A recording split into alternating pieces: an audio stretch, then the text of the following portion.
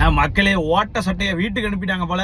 நான் என்ன சொன்னேன்ல, ஓட்ட சட்டை இந்த வாரம் வீட்டுக்கு போக போறாரு. ஆனா சேதனை இவ்வளவு காண்டா வருவாரு நான் நினைச்சு பார்க்கலங்க. சத்தியமா அவர் ஒரு வித்தியாசமா வந்திருக்காரு. எனக்கு என்னமோ வீட்டுக்குள்ள டப்பாக பல்லாம் திருக போகுது. ஆல்ரெடி நான் சொன்ன டைலாக்லாம் சேதனை உள்ள யூஸ் பண்றாரு, கவனிச்சிங்களா?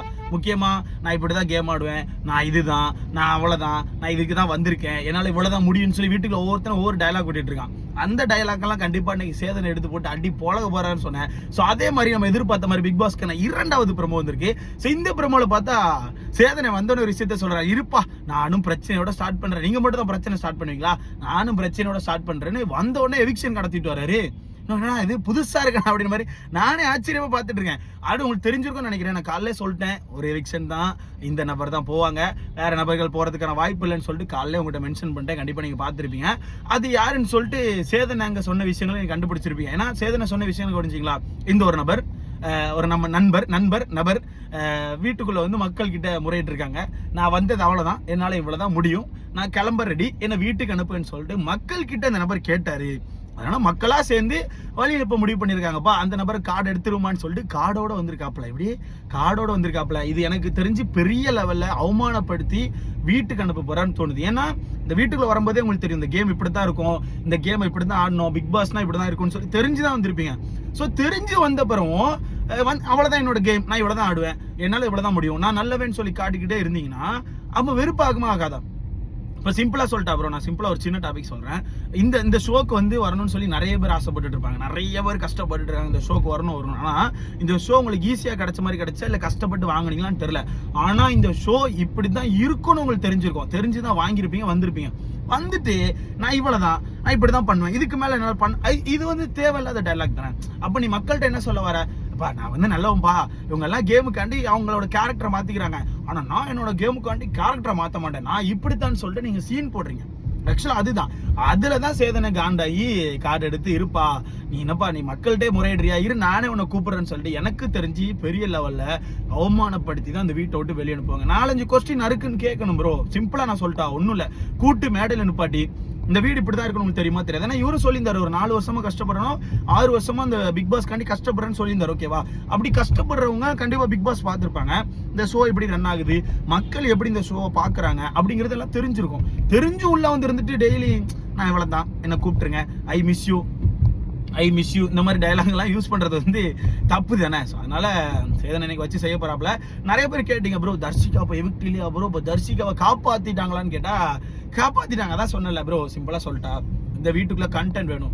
நான் வந்து சத்யாவை காப்பாத்தினதுக்கு ரீசன் என்ன சொல்லியிருந்தேன், அவனுக்கான குழந்தை வீட்டுக்குள்ள வரும். ஏன்னா ஃப்ரீ ஸ்டார்ஸ்க்குள்ள எல்லா வகையான கண்டென்ட் இருக்கணும். ஃப்ரீ ஸ்டார்ஸ்க்குள்ள அம்மா பாசம் இருக்கணும், பையன் பாசம் இருக்கணும், காதல் பாசம் இருக்கணும், சண்டைகள் இருக்கணும், எல்லாமே இருந்தால் தான் ஃப்ரீ ஸ்டார்ஸ்க்கு வந்து அந்த ஒரு வாரம் கொஞ்சம் ஜாலியா போகும். இப்போ இல்லாம நார்மலா இப்போ நான் இப்படி சொல்றேன், இப்போ அவன் பேர் என்ன ஜெஃப்ரி இருக்கான், அவங்களுக்கான அம்மா வருவாங்க, அவங்க அம்மா உள்ள வந்தாலும் அதுக்கான ஃபீலிங்ஸ் வேற. ஓகேவா? ஒரு மிடில் கிளாஸ் பையனுக்கான அம்மா உள்ள வராங்க, ஒரு கஷ்டப்பட்ட வீட்டுல இருந்து வந்திருக்கான் அப்படிங்கும்போது அதுக்கான ஃபீலிங்ஸ் வேற மாதிரி இருக்கும், அதுக்கான கண்டென்ட் அன்னைக்கு ஃபுல்லா வேற மாதிரி இருக்கும். அதே மாதிரி இப்போ தர்ஷிகா எடுத்துக்கோங்க. தர்ஷிகா வந்து எனக்கு தெரிஞ்சு தர்ஷிகா அம்மா வருவாங்க. பட் நான் கேள்விப்பட்ட வரதுக்கு தர்ஷிகாவோட அம்மா வந்து ரொம்ப ரகட்லாம் கிடையாது, ரொம்ப சாஃப்டான கேரக்டர்னு சொல்றாங்க. பட் எனக்கு தெரிஞ்சு சாஃப்டான கேரக்டராகவே இருந்தாலும் தன்னோட பொண்ணுக்கு வெளியே ஒரு கெட்ட பேர் வந்துட்டு இருக்குன்னு தெரிஞ்சா கண்டிப்பா அது ஒரு கண்டென்ட் தானே. யோசிச்சு பாருங்க, கண்டிப்பா அது ஒரு கண்டென்ட். ஸோ அப்படி இருக்கும்போது எனக்கு தெரிஞ்சு அவங்க அம்மா உள்ள வந்து உன்னை எதுக்கு அனுப்புனேன், எதுக்காண்டி வந்த, என்ன பண்ணிட்டு இருக்க அப்படிங்கிற கேள்விகள் கண்டிப்பா அவங்க அம்மா கிட்ட இருந்து வரும். அது ஒரு கண்டென்ட். ஸோ அதுக்காண்டி உள்ள வச்சிருக்காங்க. அடுத்த கட்டமா யோசிக்குமா, ரஞ்சித் இருக்காருல்ல, ரஞ்சித் அந்த வீட்டில் வச்சிருக்காங்க அவங்களோட பையனுக்கு தான். ஏன்னா அவங்க பையனை பத்தி உங்களுக்கு தெரியும், ஆல்ரெடி அவங்க பையனை பத்தி நிறைய இடத்துல மென்ஷன் பண்ணியிருக்காங்க. ஸோ பையனை பத்தி மென்ஷன் பண்ண அன்னைக்கெல்லாம் டிஆர்பி பயங்கரமா வந்துச்சுன்னு சொன்னாங்க. ஏன்னா அந்த சீன் வந்து ஆக்சுவலா 1 எபிசோட்ல பார்த்த நிறைய பேருக்கு ரொம்ப கஷ்டமா இருந்துச்சு, இவ்வளவு கஷ்டத்தை தாங்கிட்டு அந்த மனுஷன் எப்படி சுத்துறாருன்னு சொல்லிட்டு நிறைய பேர் யோசிச்சாங்க. ஸோ அதெல்லாம் வச்சு பார்க்கும்போது ஸோ அவர் ஒரு கண்டென்ட். ஓகேவா? ஏன்னா இங்க தேவை கண்டென்ட் தான் ப்ரோ, இவங்களுக்கு தேவை ரொம்ப முக்கியமான பாசம், அதெல்லாம் எல்லாமே கண்டென்ட் தான். இவங்க பாக்குறது எல்லாமே கண்டென்ட் தான். சோ ரஞ்சித் அவர்களுக்கான ஃபேமிலியும் அங்க ஒரு கண்டென்ட். சோ சத்யா கிட்ட இருந்து கண்டென்ட் வரமாண்டுக்குது, வாரம் எவ்வளவு ட்ரை பண்ணாலும் வரமாண்டுக்குது. இப்ப நான் சிம்பிளா திருப்பி ஒரு கொஸ்டின் கேட்கறேன், இந்த வாரம் விடுங்க, சீசன் ஆரம்பிச்சுல, சீசன் ஆரம்பிச்சு எனக்கு தெரிஞ்சு 10வது வாரமா 11 வாரம் வந்தாச்சு. 10 வாரத்துக்கான 1 எபிசோட் எடுத்து பாருங்க, அவர் எவ்வளவு எபிசோட்ல வந்திருக்காருன்னு பாத்தீங்கன்னா எனக்கு தெரிஞ்சு அதிகபட்சம் 2 இல்ல 3 எபிசோட்ல தான் வந்திருப்பாரு. அதுக்கு மேல அங்க வந்திருக்க மாட்டார், ரொம்ப கம்மி. சோ எதுவுமே இல்லாத ஒரு நபர் அந்த வீட்டுக்குள்ள வச்சு நம்ம என்ன பண்ண போறோம்? எதுவுமே இல்லை அந்த நபர்கிட்ட, கண்டென்ட் கிடையாது, எதுவுமே இல்லை. அப்போ ஒன்றுமே பண்ண முடியாதுல்ல. அதனால தான் சேதனை வந்த உடனே கார்டை கொடுத்து நீ ரொம்ப கஷ்டப்படாதப்பா, நானே உன்னை வழி அனுப்பி வைக்கிறேன்னு சொல்லிட்டு வராப்புல. அடுத்த கட்டமாக ஏன் ப்ரோ இப்போ பேர் என்ன அன்சிதாவை தூக்கல நிறைய பேர் கேட்பீங்க. அன்சிதாவை நான் ஓட்டுகள் இல்லாமல் தான் இருக்காங்க, காலையில் கூட சொல்லியிருந்தேன். அன்சிதாவை தூக்க மாட்டாங்க, ஏன்னா அன்சிதா ஒரு கண்டென்ட், அன்சிதாக்கான ஃபேமிலி கண்டென்ட், எல்லாமே கண்டென்ட் தான் ப்ரோ. இப்போ எனக்கு தெரிஞ்சு வரப்போகிற வாரம் மேபி ரயான் அவுட் ஆகிறதுக்கு வாய்ப்பு இருக்குது. அவர் வந்து ஃபேமிலி டாஸ்க் ஒருத்தர் இருப்பாரான்னு கேட்டால் எனக்கு தெரிஞ்சு தெரில. எனக்கு என்னோட டவுட் வந்து ரயான் தான். ஆனால் இந்த வாரமே ரயான் வந்து ஓட்டுகள் கொஞ்சம் கம்மியாக தான் வச்சிருக்காரு.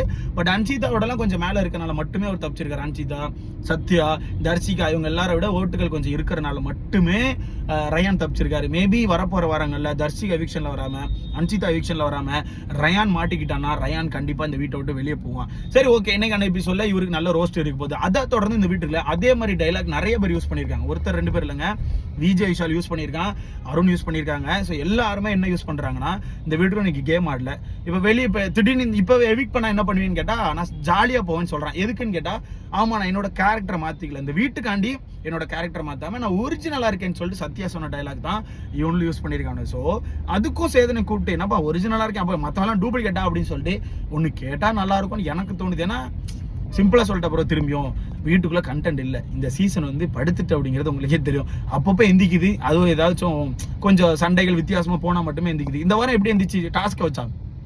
இந்த வாரம் full and full Muthukumaran, Arun மட்டுமே கண்டென்ட். அவங்க 2 பேரும் இந்த வாரம் டாஸ்க்ல ஒரே பிளேஸ்ல இருந்தா கண்டென்ட்டே இருந்திருக்காது. நல்ல வேலை, அவன் லேபராகவும் இவன் மேனேஜராகவும், இவன் மேனேஜராகவும் இவன் லேபராகவும் மாறி மாறி இருந்தாங்க மட்டுமே இந்த வாரம் ஃபுல்லா கண்டென்ட். இல்லைன்னா யோசிச்சு பாருங்க ப்ரோ, அவனை சண்டே மட்டும் தவிர்த்துட்டு இந்த வாரம் ஏதாச்சும் இன்ட்ரெஸ்டிங்காக நடந்துச்சான்னு லைட்டாக யோசிச்சு பாருங்க. நீ சொல்லலாம் அப்போ அவன் சண்டே அப்புறம் இன்ட்ரெஸ்டிங்கானு கேட்டா, நோ அதானே கண்டென்ட்டே, அதுதான் கண்டென்ட்டே. ஸோ அதை தவிர்த்து இந்த வாரம் எதுவுமே கிடையாது. ஸோ அப்படி இருக்கும்போது நமக்கே தெரியுதுல, இவங்க கண்டென்ட் கொடுக்க மாட்டேங்காங்க, இவங்க கிட்ட இருந்து எதுவும் வர மாட்டேங்குது. அப்போ டாஸ்க்னு வச்சாலும் டாஸ்க்கை சரியாக விளாட மாட்டேங்காங்க.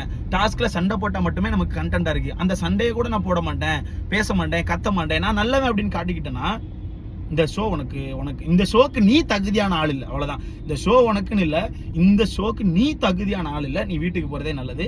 ஸோ மொத்தத்தில் வழி அனுப்பி வைக்கிறாப்புல. ஆனால் தர்சிகாவை எடுக்கலை அப்படிங்கும்போது தர்சிகா வந்து என்ன நினைப்பாங்கன்னா, நமக்கு அதிகபட்ச ஓட்டுகள் இருக்குடா மச்சான், நம்ம தான் பாரு வரப்போற வாரம் நான் எப்படி கலக்கிறேன் பாரு மச்சான்னு சொல்லி கண்டிப்பாக ஒரு சீன் போடுவாங்க.